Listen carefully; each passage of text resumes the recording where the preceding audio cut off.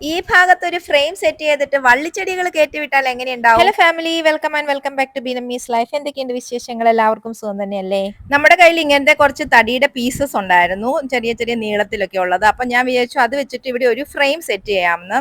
അപ്പം ആദ്യം അളവൊക്കെ ഒന്ന് നോക്കിയിട്ട് നമ്മൾ ആ ഫ്രെയിം ഇങ്ങനെ ഉണ്ടാക്കിയിട്ട് അവിടെ കൊണ്ട് ഫിക്സ് ചെയ്യാനായിട്ടാണ് പ്ലാൻ ചെയ്യുന്നത്. ഇതിനൊക്കെ ഞാൻ ഒറ്റയ്ക്കല്ല കേട്ടോ, എന്റെ സപ്പോർട്ടിംഗ് സിസ്റ്റം കൂടെ ഇവിടെ ഉണ്ട്. അവളിപ്പം ചെടിക്ക് വെള്ളമൊക്കെ ഒഴിച്ചുകൊണ്ട് നടക്കുവാണ്. ഞാൻ അളവെല്ലാം എടുത്തു കഴിയുമ്പോഴത്തേക്കും എല്ലാത്തിനും ഹെൽപ്പ് ചെയ്യാൻ കൂടെ വരാമെന്ന് പറഞ്ഞിട്ട് ഇവിടെ നിൽപ്പുണ്ട്. നമ്മുടെ കയ്യിലുള്ള ഈ ചെറിയ വുഡൻ പീസസ് ഒക്കെ വെച്ച് നല്ല ഭംഗിയിൽ ഒരു ഫ്രെയിം സെറ്റ് ചെയ്യണം എന്നായിരുന്നു ഞാൻ ആഗ്രഹിച്ചിട്ടുണ്ടായിരുന്നത്. പക്ഷേങ്കിൽ അതിങ്ങനെ ചെരിച്ച് ചെരിച്ച് വെക്കുമ്പോൾ അത് കറക്റ്റ് ആയിട്ട് അതിന്റെ നീളം തികയുന്നില്ല. പിന്നെ ഞാൻ അത് സ്ട്രെയിറ്റ് ആയിട്ട് ചെയ്യാമെന്ന് വിചാരിച്ചു. ഇത് എടുത്തു തന്നെ ടാഗ് അവിടെ കൂടിനകത്തിരിക്കുന്നു.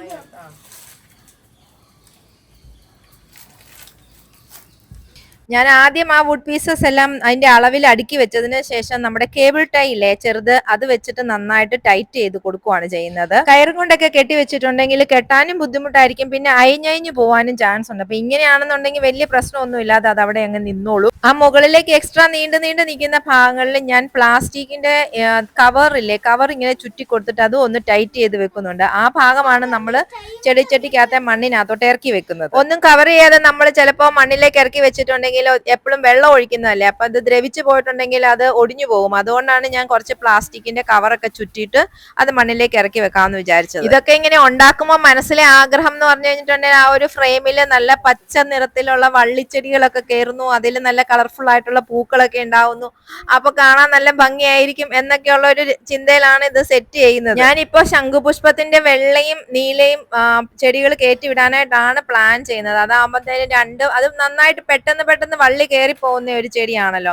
അപ്പൊ നന്നായിട്ട് പൂക്കളും ഉണ്ടാവും. ഇടയ്ക്കിടയ്ക്ക് ഇങ്ങനെ വെള്ളയും നീലയും കൂടെ പൂക്കളൊക്കെ ഉണ്ടായി നിൽക്കുന്ന കാണാൻ വേണ്ടി നല്ല ഭംഗിയായിരിക്കും. അതൊക്കെയാണ് എന്റെ പ്രതീക്ഷ. ഇനി എക്സ്പെക്ടേഷൻ വേഴ്സസ് റിയാലിറ്റി എന്ന് പറഞ്ഞ് വേറെ എന്തെങ്കിലും ഒരു വീഡിയോ ചെയ്യേണ്ടി വരുമോ എന്ന് എനിക്കറിയില്ല. എന്തായാലും ഞാനൊരു പ്രതീക്ഷയോടുകൂടി തന്നെ മുമ്പോട്ട് പോവാണ്. ആ പ്ലാസ്റ്റിക് പൊതിഞ്ഞ ഭാഗങ്ങൾ ഞാൻ ചെടിച്ചട്ടിയിൽ കുത്തി വെച്ചിട്ടുണ്ട്, എന്നാലും അതവിടെ ഉറച്ചു നിൽക്കത്തില്ല. അപ്പൊ ഞാൻ വിചാരിച്ചു മേളിലത്തെ ആ ഒരു കമ്പിയിൽ നിന്നും കുറച്ചിങ്ങോട്ട് കയറ് കെട്ടി അതിനെ ഫിക്സ് ചെയ്യാം, പിന്നെ തൂണിലും കൂടെ ഒന്ന് ഫിക്സ് ചെയ്ത് വെക്കാം എന്ന് വിചാരിച്ചു. അങ്ങനെ കെട്ടിവെക്കാൻ വേണ്ടി കയറുന്നത് ഒരു ഇത്തിരി ടാസ്ക് ആയിട്ട് എനിക്ക് ഫീൽ ചെയ്തിട്ടുണ്ടായിരുന്നു. കാരണം അഥവാ ഒന്ന് തെന്നിപ്പോയിട്ടുണ്ടെങ്കിൽ ചിലപ്പോൾ മേളിൽ നിന്ന് താഴെ പോയി കിടക്കും. ഇച്ചു ആണെങ്കിൽ ഞാൻ കെട്ടാന്ന് പറഞ്ഞ് ഇവിടെ കിടന്ന് ചാടുന്നുണ്ട്. അവളെ അങ്ങനെ കയറ്റി വിടാൻ പറ്റത്തില്ലല്ലോ. എനിക്ക് തന്നെ കൈ എത്തുന്നുണ്ടായിരുന്നില്ല. ഞാൻ ഒരു തരത്തിലാണ് അത് കെട്ടിയത്. പിന്നെ നമ്മൾ താഴേക്ക് എങ്ങാനും നോക്കുമ്പോഴേക്കും ആകെ എനിക്കൊരു ടെൻഷനും കൂടെയാണ്, അഥവാ അതെന്നെങ്ങാനും തെന്നിപ്പോന്ന്. ഇങ്ങനെ ഒരു ഫ്രെയിം വെക്കുന്നതിനെ കുറിച്ച് പ്ലാൻ ചെയ്തപ്പോൾ തന്നെ ഞാൻ ഒരു ശംഖുപുഷ്പത്തിന്റെ തൈ കൊണ്ട് നട്ടിട്ടുണ്ടായിരുന്നു. അതൊരു വെള്ള ശംഖുപുഷ്പമായിരുന്നു. ഇനി ഒരു നീലയും കൂടെ വെക്കണം. അങ്ങനെ ഇത് നന്നായിട്ട് സെറ്റ് ആവുകയാണെങ്കിൽ ഞാൻ അടുത്ത വീഡിയോയിൽ കാണിച്ചു തരാം.